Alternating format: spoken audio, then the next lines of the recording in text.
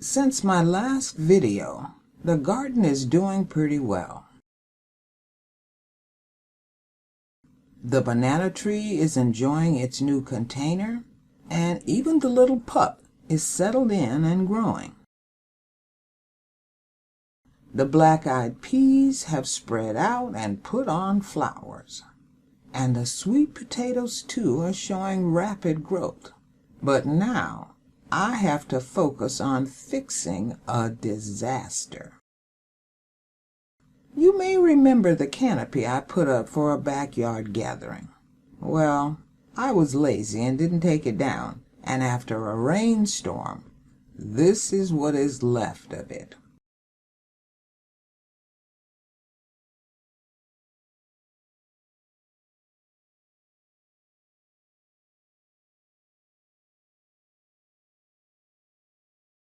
I put up the canopy to shelter the sitting area from the afternoon sun. And now I want to put up a trellis that will provide that shade, but also blend in with the sitting area. So it's off to the workshop. To keep costs down, I started with the idea of using 3 2x2 furring strips as the frame, and bought 6 cedar fence pickets that will be the slats for the trellis.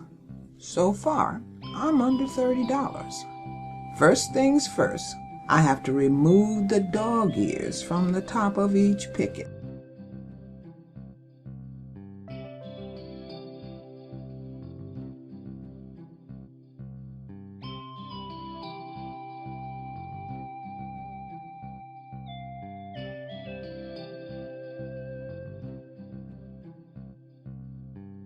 Doesn't take long, and now I'm ready to work. I cut 2-inch slats by running each board through the bandsaw, which will ultimately make 18 slats from the 6 fence pickets.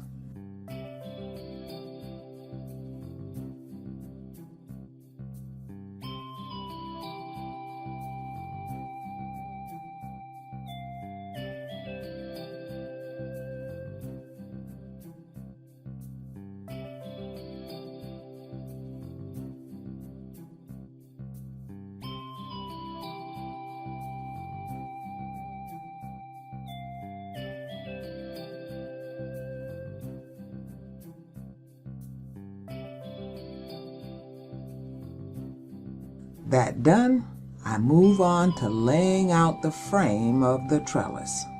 I'm using another board as a spacer for the distance between each slat.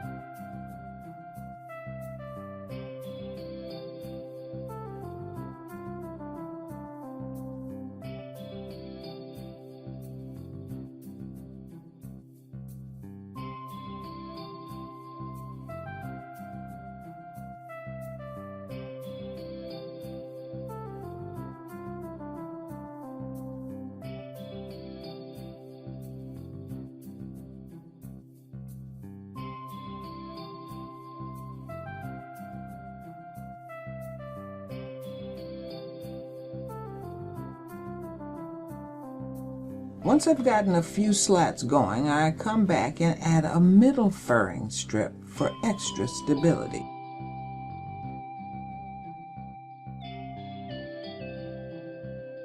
And now I can finish adding the rest of the strips.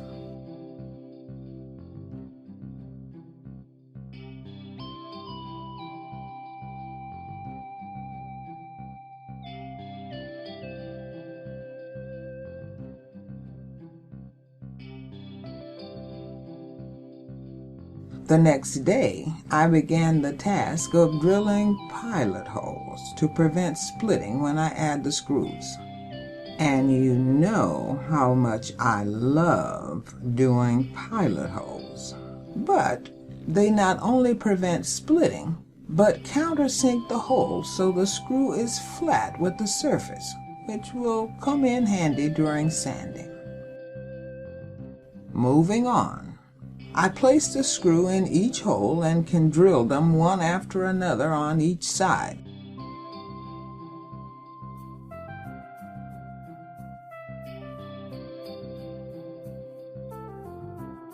And then the middle to complete attaching the slats to the frame. This is where those pilot holes come in handy because I can start sanding, and the last thing I want to do is to bump into screw heads. When I lined up the furring strips, I forgot to cut them to the length I wanted, but no worries. This gives me a chance to use my Japanese hand saw. I always feel like a samurai when I use this tool, in addition to being amazed that something so simple can cut so precise and so quickly. We're entering the home stretch now, because all I have to do is turn the trellis over so I can set it up for staining.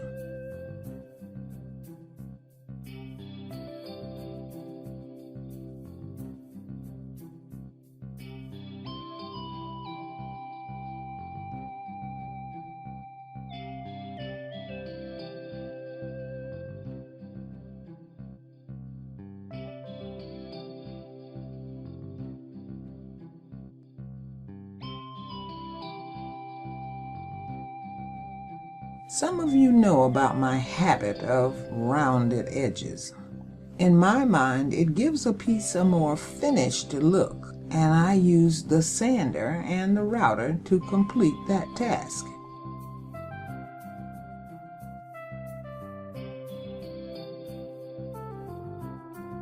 And then I was ready to stain the trellis.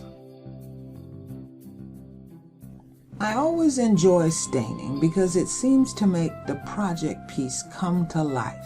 It's like magic as you see your work transformed, in addition to this stain protecting the trellis from the weather.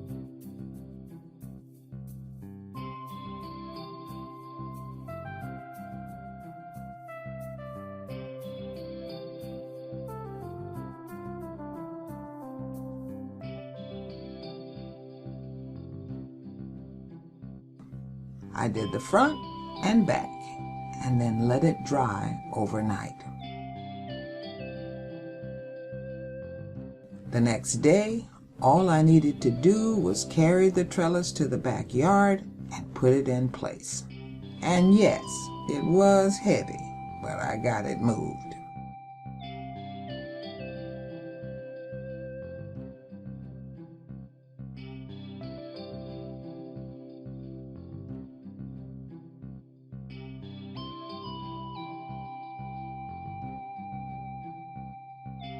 And one thing leads to another, because now I needed to restain the benches in the sitting area to match the newly created shade trellis. Mowing the lawn is going to have to wait. See you next time.